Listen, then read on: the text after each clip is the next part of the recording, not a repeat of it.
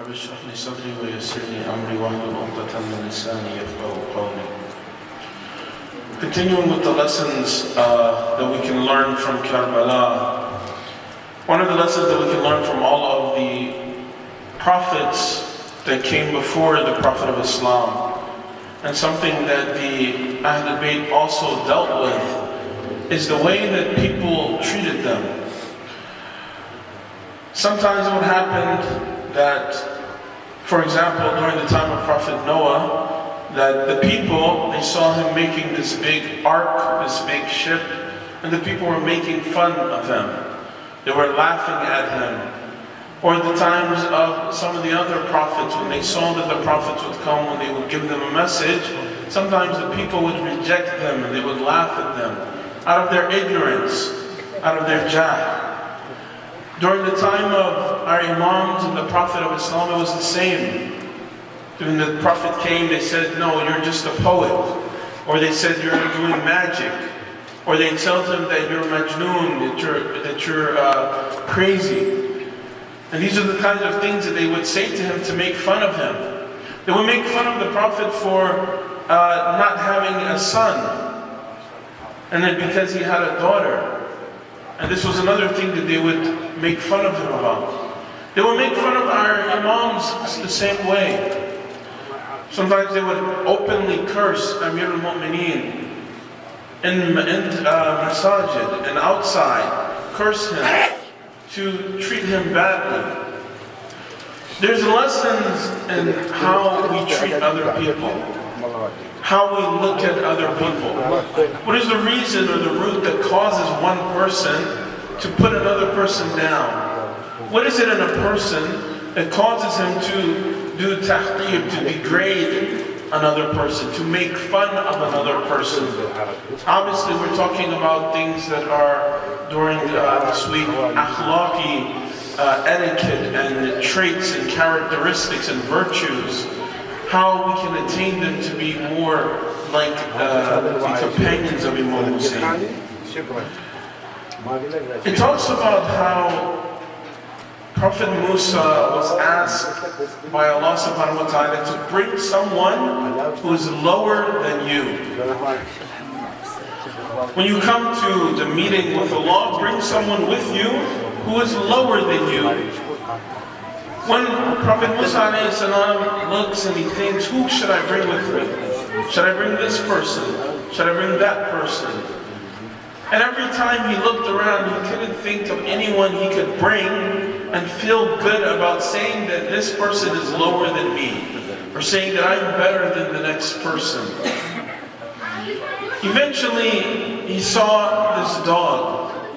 This dog was sickly, old, stray dog. And he said, well, I can take this with me as a creature, and that I am better than. And then during his journey, he changed his mind. He was regretful. He said, you know, I'm not going to even take this dog. Eventually, when he gets to the point and he talks with Allah subhanahu wa ta'ala, and Allah reveals to him, he says, why didn't you bring someone with you? I commanded you to bring someone lower than yourself. And Prophet Musa answers to him, he said, I looked everywhere and I could not find someone lower than myself.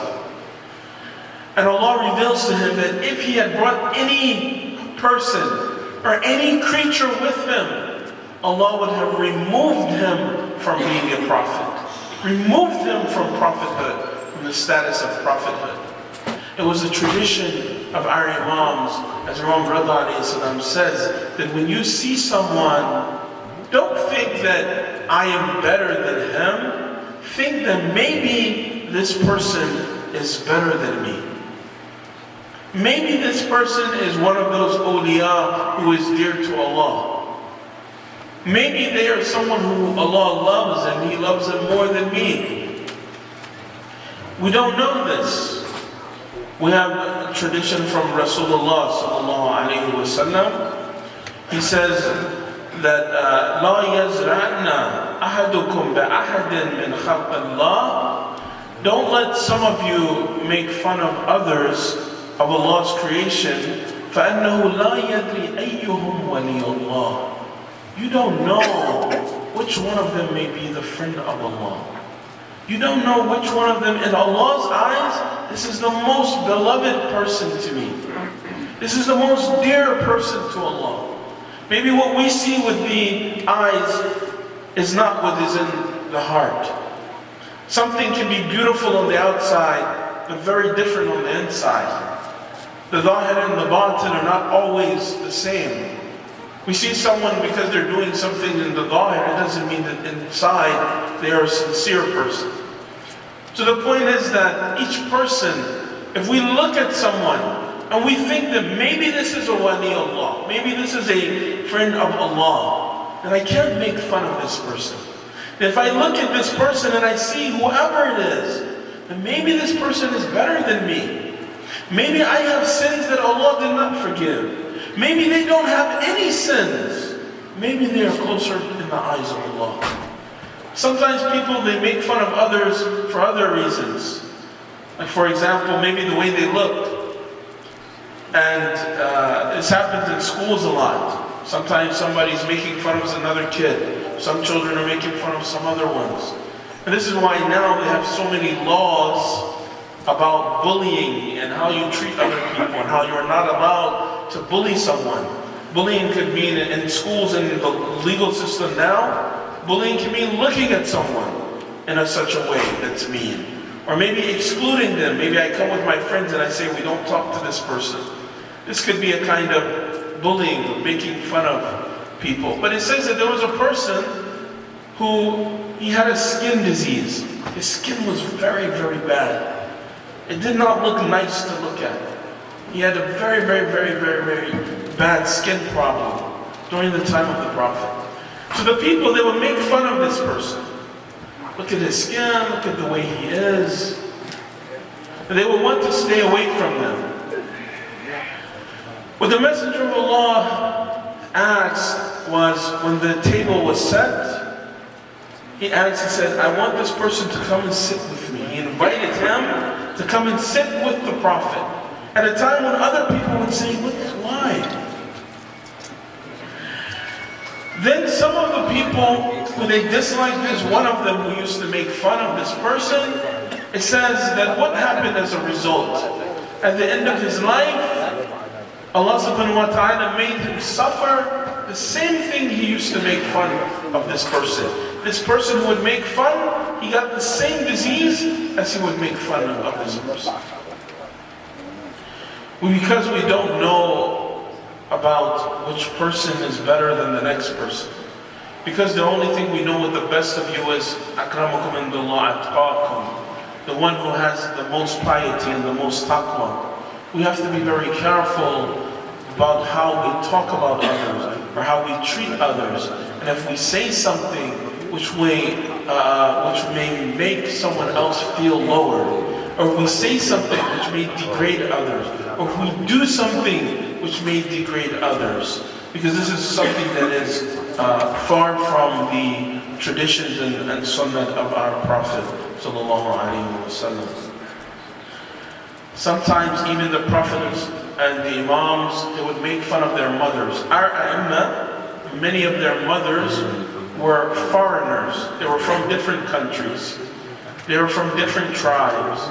So sometimes people, they would make fun of their mothers. A person is very sensitive if someone says something about their mother. But look at the way that even in this ignorance, how our imams used to treat or respond to this ignorance.